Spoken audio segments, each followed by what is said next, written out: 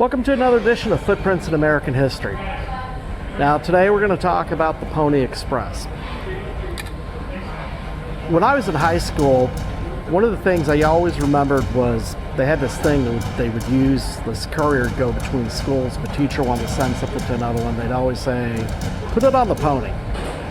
Well, that was a pretty common thing to hear. That was definitely a reference to the Pony Express.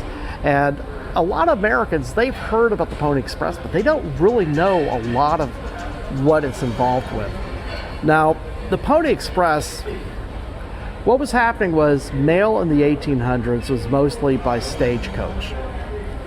You had two choices really. You could do it by stagecoach, which went overland. It took weeks or months to get to its destination. So because of it, it would take a long time to get news to the West Coast if you were trying to get news to the East Coast, from the East Coast to the West Coast. The other choice is you could send mail through shipping, and what would happen is you'd have to go all the way down around South America and then back up to the West Coast just to get news, and that definitely took months. Eventually what happened was they built a little railroad in Panama, so they would go down to Panama and then they would use a railroad, but they had problems with malaria and things like that, so it still took a long time, even though it was slightly improved. So either way, they had to deal with the weather conditions, they had to deal with all the other things when it went by stagecoach. Also, you had to worry about attacks from Native American Indians because westward expansion was not very welcome when it was going across a lot of tribal lands. So with those tensions, people started looking at the idea that they needed to find a way to get news to the West a lot quicker. One of the reasons also was because tensions were building. The Civil War looked like it was going to break out, and it was very obvious that something was going to be happening, and they were worried because California was way out there. It was remote. Oregon also. So if they wanted to get news out there, they had to do it quickly, and this was to help keep the western states appraised of what's going on in the eastern states so that this war, if it did break out, was not going to hurt that. So what happened was that there were people in the government, they were looking for ways to do it, they were willing to do a contract, and somebody approached this company. They ended up being known as the Central Overland California and Pikes Peak Express Company, which was shortened to the Pony Express. Now, it was three partners that went in it. One of them, it was a freighting firm originally known as Russell, Majors, and Waddell. I believe it was Russell was the one that had spoken with somebody about the possibility of doing it. A senator had suggested it to his company, and they thought this was a great idea. Well, this person with this freighting company had the great idea, and so he went ahead and basically told the government, let's go ahead and do it. Well, what happened was he did it without permission of the other partners. However, those two other partners, when they learned, they were not pleased to learn about this, but they decided, let's not renege on a deal, let's go ahead and do this. So they went ahead and do it, and the Pony Express became into being. Now, it ended up lasting for about 18 months, the Pony Express did. It went from April 1860 to October 1861. Now, at the time, they had to really look at the type of system set up to get this mail out there quickly. They decided they wanted to get mail out there in 10 days as opposed to weeks or months. So they decided that they were going to use horses.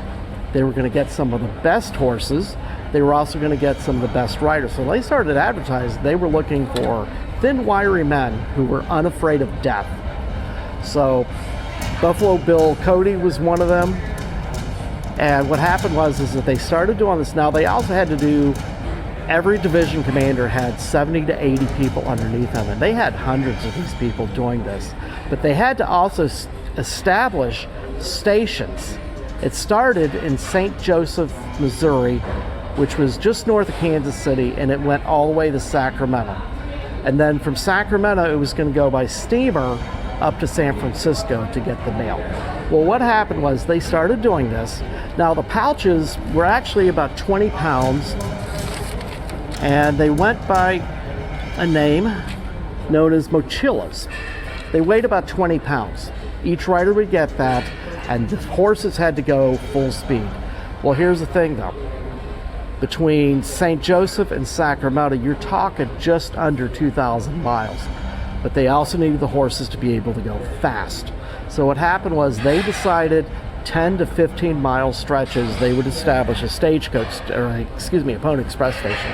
10 to 15 miles, full speed, change horses, 10 to 15 miles, stop at another station, change horses, and so on until usually the riders did about close to 300 miles a day. So from there, they established it. It came out to being about 190 stations total between St. Joseph and Sacramento. So they had to find horses that could go at full speed. They chose, these were half-breed California Mustang horses that they chose. The reason they did it was because these were super fast horses. They were the best horses, but they were also given the best kind of grain available to keep them with good nutrition, keep them well rested at each station. And so usually when a rider started, by the time he finished for the night, he had done already 4 to 7 stops. However, once they got to these stops and then once they got up in the morning, they had to do it again. And this just kept going on and on to get this mail quickly. But they also had to keep the mail light. That's why they kept the pouches to under 20 pounds. And actually, in the 18 months they did it, they only lost 1 bag. They did lose up to 7 people that got killed. However, they did manage to retrieve those bags. So one of the reasons they had to do it for speed was because of the concerns also because of westward expansion. There was a lot of hostility with the Indian tribes back then. And these Indian tribes did not appreciate people coming through their lands. So the reason for these horses was to be able to outrun whatever the tribes people had. They had to outrun them, and most times they did because of the speed of these horses. Also, they required that the riders know the terrain extremely well. They were going to be having to ride at night.